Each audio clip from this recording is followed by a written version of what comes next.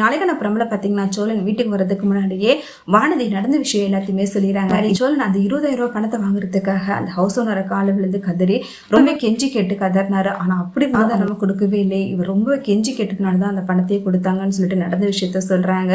கிண்டல் பண்ணி வானதி சிரிக்கிறத பார்த்துட்டு நிலா மனசுக்குள்ள பயங்கரமா வருத்தப்படுறாங்க. பேரன் எல்லாரும் அவன் யாரு காலையும் இது மாதிரிலாம் விழமாட்டானா, எதுக்காகவும் அவன் தாழ்ந்து போக மாட்டானே, அவன் எதுக்காக அவன் இப்படிலாம் நடந்துக்கிட்டான்னு தெரியலன்னு சொல்லிட்டு ஒரு பக்கம் சேரன் ரொம்பவே வருத்தப்படுறாங்க. அந்த டைம் பார்த்து சோழன் டிவி வாங்கிட்டு வீட்டுக்கு வராங்க. அதை பார்த்துட்டு பல்லவன் பயங்கரமா சந்தோஷப்படுறாங்க. எதுக்காக இங்க நடந்தது எதுவுமே நீங்க என்கிட்ட சொல்லல, எதுக்காக அந்த நபர் எதுக்காக அந்த ஆளுக்கெல்லாம் நீங்க விழுந்தீங்கன்னு சொல்லிட்டு சோழன் கிட்ட கோவப்படுறாங்க. வேற விதமா அவர்கிட்ட டீல் பண்ணி அந்த பணத்தை வாங்கிருக்கலாம்ல சோழன், ஏன் இது மாதிரிலாம் நடந்துகிட்டீங்கன்னு சொல்றாங்க. ஆமா நிலா, அவருக்கு கோவப்பட்டு சண்டை போட்டுட்டுனா அதுக்கும் நீ என்ன திட்டுவேன், பணம் வாங்காம வீட்டுக்கு வந்தாலும் நீங்க என்கிட்ட பேச மாட்டேன்னு சொல்லிட்டு வேற என்ன நிலா பண்றது, சமாதானமா போய் தான் அந்த ஆளுகிட்ட பணம் வாங்கலாம்னு சொல்லிட்டு முடிவு பண்ணிட்டு தான் காலில் கூட விழுந்து அந்த பணத்தை வாங்கிட்டு வந்தேன். காலில் விழுந்தது அந்த பணத்தை வாங்கலான்னு முடிவு பண்ணிட்டு தான் அவருடைய காலில் விழுந்து கேட்டேன். அதுக்கப்புறம் தான் அந்த பணத்தை அவர் கொடுத்தாரு. நிலா என்ன பண்றது நிலா அப்படின்னு சொல்றாங்க. நிலா தனக்காக இவ்வளவு தூரம் இந்த மனுஷன் இறங்கி போறாருன்னு சொல்லிட்டு நிலா மனசுக்குள்ள ரொம்பவே வருத்தப்படுறாங்க. அடுத்து டிவி வாங்கிட்டு வந்து எல்லாருக்கும் சர்ப்ரைஸா காட்டுறாங்க. எல்லாரும் டிவியை பார்த்துட்டு பயங்கரமா சந்தோஷப்படுறாங்க.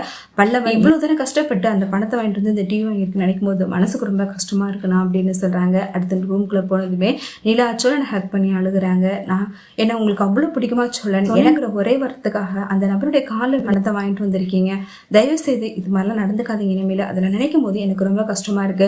வானதி அந்த நடந்ததை சொல்லி சிரிக்கும் போது என்னால அதை தாங்கிக்கவே முடியல சோழன்னு சொல்லிட்டு ரொம்பவே எமோஷனலா ஃபீல் பண்றாங்க.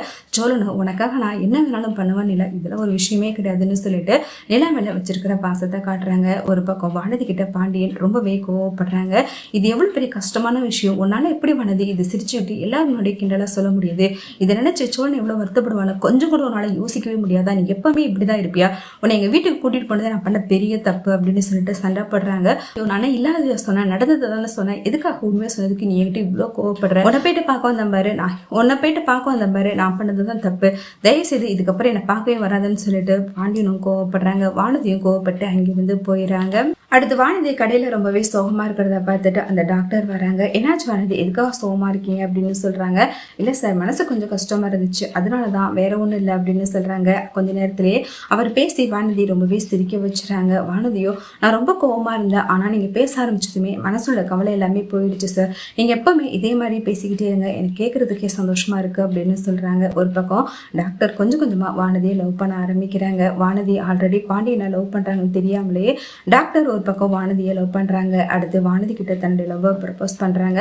வானதி அதை பார்த்துட்டு பயங்கரமா ஷாக் ஆகிறாங்க. அடுத்து வானதி என்ன சொல்றதுன்னு தெரியாம பாண்டியன் கிட்ட இந்த விஷயத்தை பத்தி சொல்றாங்க.